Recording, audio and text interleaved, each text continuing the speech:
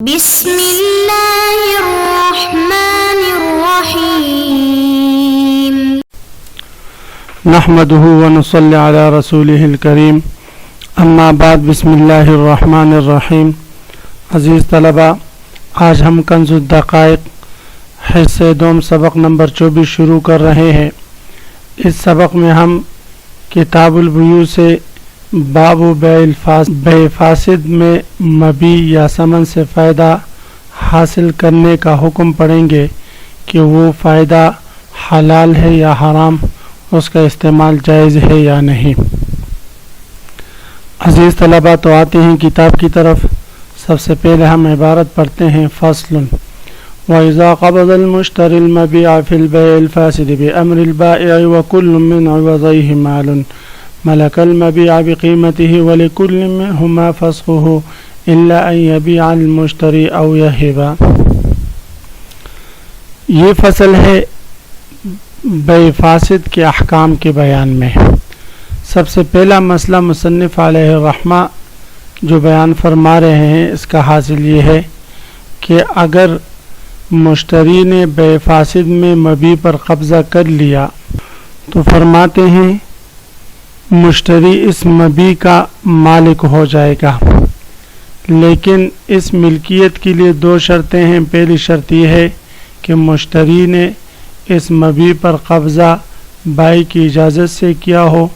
اور دوسری شرط یہ ہے کہ عوضین مبیع اور ثمن دونوں مال ہو. اگر دونوں مال نہ ہو یا ایک مال ہو اور ایک مال نہ ہو، مثلا مردار کی بے ہو یا خون کی بے ہو، تو اس صورت میں یہ بے باطل ہے. اور بے باطل کا حکم یہ ہے کہ مشتری چاہے مبیع پر قبضہ بھی کر لے، پھر بھی اس کا مالک وہ نہیں بنتا. پھر یہ قبضہ بائی کی اجازت سے ہو، یہ اجازت چاہے صراحتاً ہو یا دلالتاً ہو. اگر بغیر اجازت کے قبضہ کیا ہو تو اس صورت میں یہ قبضہ پھر مفید ملک نہ ہوگا. اور دوسری شرط کے وزن یعنی مبیع اور ثمن دونوں مال ہو. اگر دونوں مال نہ ہو یا ایک بھی مال ہو اور ایک مال نہ ہو تو تب بھی یہ قبضہ پھر جو ہے یہ کا فائدہ نہیں دے گا. تو فرماتے ملک المبیع بقیمتہ، مشتری وَإِذَا قَبَضَ الْمُشْتَرِي، اور جب مشتری قبضہ کرے المبیع فی البیع الفاسد، بیع فاسد میں مبیع پر بِأَمْرِ الْبَائِعِ، بائی کی اجازت سے، وَكُلٌّ مِّنْ عِوَضَيْهِ، وہ حال یہ اس حال میں کہ عوضین میں سے ہر ایک مال ہو. ملک المبیع بقیمتہ، تو یہ مشتری اس مبیع کا مالک ہو جائے گا. بقیمتہ، اس کی قیمت کے بدلے. اگر وہ قیمی ہے تو اس کی قیمت کے بدلے میں، اگر مثلی ہے تو اس کے مثل کے بدلے میں. یہ ائمہ احناف رحمہم اللہ تعالیٰ کا مذہب ہے. امام شافعی، امام مالک اور امام احمد بن حنبل رحمہ اللہ تعالیٰ فرماتے ہیں، یعنی ائمہ ثلاثہ رحمہ اللہ تعالیٰ فرماتے ہیں بیع فاسد چونکہ حرام ہے اور حرام ممنوع ہے، تو اس لیے وہ فرماتے ہیں کہ ممنوع چیز کا جو ہے وہ مالک نہیں ہوتا، کہ ملکیت یہ ایک نعمت ہے اور یہ نعمت کسی ممنوع امر کے ذریعے یا ممنوع فعل کے ذریعے حاصل نہیں ہوگی. تو اس لیے مسئلہ رحمہ اللہ تعالیٰ کے ہاں وہ مشتری اس مبیع کا مالک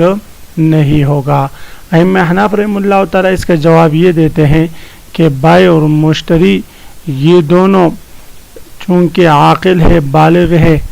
اور ایجاب و قبول ان سے صادر ہوا ہے اور محل پر صادر ہوا ہے، یعنی دونوں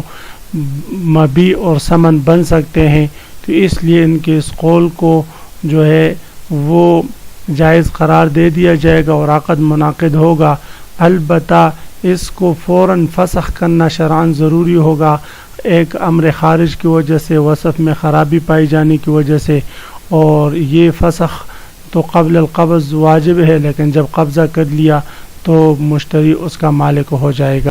کل منہما فسخہ، البتہ ان دونوں میں سے ہر ایک پر لازم ہے کہ وہ اس بے کو فسخ کر لے، یعنی چونکہ اس میں شرعاً خرابی پائی گئی ہے اور اس خرابی کا مقتضا یہ ہے کہ اب یہ دونوں اس عقد کو فسخ کر لے اور مبی وہ بائی کے حوالے کر دے اور ثمن اسے اپنا واپس وصول کر لے، تاکہ یہ جو شرعاً جو خلاف ورزی ہوئی ہے اس خلاف ورزی کو، گناہ کو برقرار نہ رکھا جائے۔ الا ان یبیع المشتری او یہبہ، اب یہاں سے مصنف علیہ الرحمہ ان تصرفات کا بیان فرما رہے ہیں جن تصرفات کی وجہ سے اس بے کو فسخ کرنا پھر ممنوع ہو جاتا ہے اور پھر فسخ کرنا درست نہیں ہوتا۔ تو فرماتے ہیں کہ الا ان یبیع المشتری، تو پھر یہ تصرفات دو قسم کے ہیں، تصرفات قولی بھی ہے اور تصرفات فعلی بھی ہے۔ تو مصنف علیہ الرحمہ پھر تصرفات قولی کو ذکر فرما رہے، فرماتے ہیں کہ اگر مشتری نے اس مبیع کو آگے بیچ دیا تو پھر اس صورت میں وہ بے پھر فسخ نہیں کرے گا۔ کیوں بھئی؟ لیکن اس آگے بیچنے کی صورت میں عدم فسخ یہ 3 شرطوں پر موقوف ہے۔ پہلی شرط یہ ہے کہ یہ جو دوسری بے ہے یہ خیار شرط کے ساتھ نہ ہوئی ہو، اور دوسری شرط یہ ہے کہ اس دوسری بے جو ہے یہ بھی بے فاسد نہ ہو، بے صحیح ہو، اور تیسری شرط یہ ہے کہ اس دوسرے بے میں بائع مشتری جو ہے وہ بائع اول نہ ہو۔ اگر مشتری نے اسی پہلے والے بائع پر بیچ دیا ہو تو اس صورت میں بھی پھر فسخ کرنا لازم ہوگا۔ اسی طرح خیار شرط کے ساتھ بیچا ہو تب بھی فسخ کرنا لازم ہوگا گزشتہ عقد کو۔ اسی طرح اگر جو ہے بے فاسد کی صورت میں بیچا ہو تب بھی گزشتہ عقد کو فسخ کرنا یہ واجب ہوگا اور اس کا بھی ہوگا۔ یہ کیوں بھئی؟ اس کی وجہ یہ ہے کہ جب مشتری نے اس مبیع کو آگے کسی اور بندے پر بیچ دیا تو اب دوسرے بندے کا حق اس مبیع سے متعلق ہو گیا اور وہ حق العبد ہے، اور گزشتہ عقد میں جو خرابی آئی تھی وہ حق اللہ کی وجہ سے تھی۔ تو اب جب دو حقوق جمع ہو جائے، حق اللہ اور حق العبد، تو وہاں پر پھر حق العبد کو ترجیح ہوتی ہے، تو اس لیے دوسرے عقد کو برقرار رکھا جائے گا اور پہلے عقد کی جو فسخ کرنے کا حکم تھا حق شرع کی وجہ سے وہ ختم ہو جائے گا۔ او یہبہ، اسی طرح دوسرا تصرف یہ ہے کہ مشتری اس مبیع کو ہبہ کر دے، کسی پر آگے ہبہ کر دے اور ہبہ میں کسی کو دے دے، تو اس صورت میں بھی حق العبد آ جاتی ہے، تو اس لیے پھر یہ گزشتہ عقد کو فسخ کرنا یہ پھر ختم ہو جاتا ہے، یہ پابندی اب نہیں رہے گی۔ او یحررا، تیسرے قسم کا تصرف یہ ہے کہ مبیع اگر غلام ہے یا مدبر ہے یا مکاتب ہے اس کو وہ بیچ دے۔ او یحررا، تیسرا تصرف یہ ہے کہ مبیع اگر غلام ہو اس غلام کو وہ آزاد کر دے۔ آزاد کر دے تو آزاد کرنا یہ ایک ایسا تصرف ہے کہ اب گزشتہ عقد کو یہ فسخ نہیں کر سکتا۔ اسی طرح اگر غلام کو مدبر بنا دیا یا مکاتب بنا دیا تب بھی گزشتہ عقد کو یہ فسخ نہیں کر سکتا۔ او یبنا یا او یبنی، یا وہ زمین اس نے خریدی تھی، پلاٹ خریدا تھا اور اس پر اس نے عمارت کھڑی کر دی، تو یہ عمارت کھڑی کر دینا اس صورت میں بھی یہ گزشتہ عقد کو فسخ نہیں کر سکتا۔ لیکن یہ امام صاحب رحمہ اللہ تعالیٰ کے ہاں ہے، صاحبین رحمہ اللہ تعالیٰ فرماتے ہیں کہ گزشتہ عقد کو فسخ کرنا اس صورت میں بھی لازم ہوگا، اور کہا جائے گا مشتری سے کہ اپنی عمارت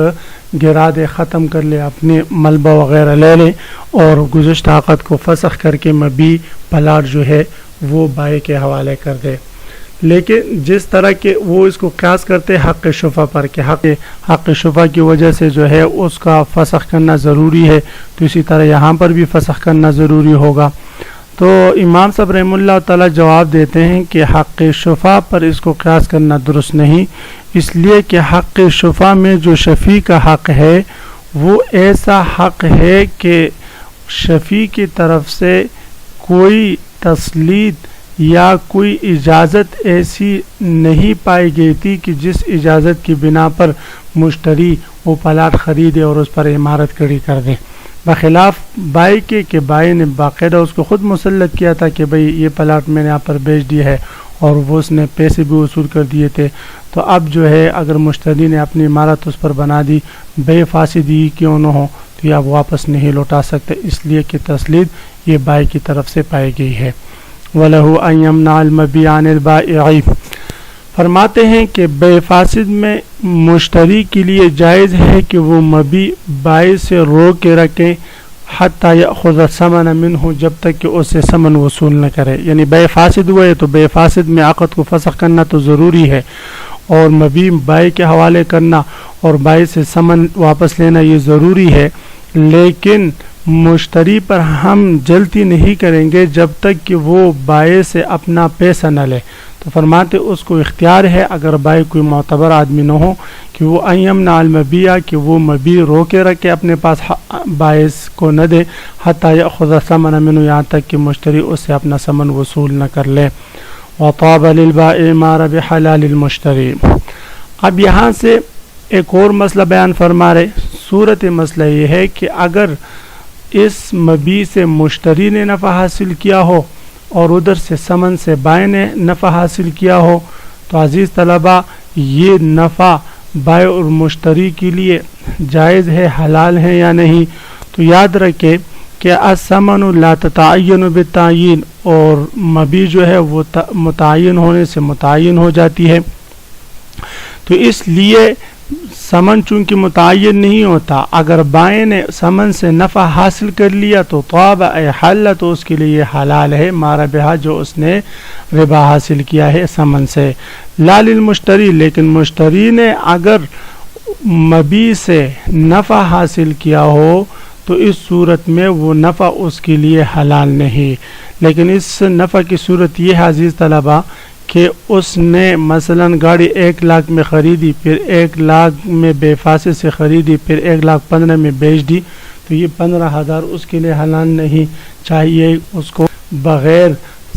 ثواب کی نیت کے صدقہ کر دے یا مالک کو واپس لوٹا دے، کیونکہ مبیع متعین ہے اور یہ پتہ ہے کہ یہ ملکیت ایک غیر شرعی طریقے سے اس کے پاس آئی ہے، تو اس لیے اسے نفع حاصل کرنے اس کے لیے جائز نہیں۔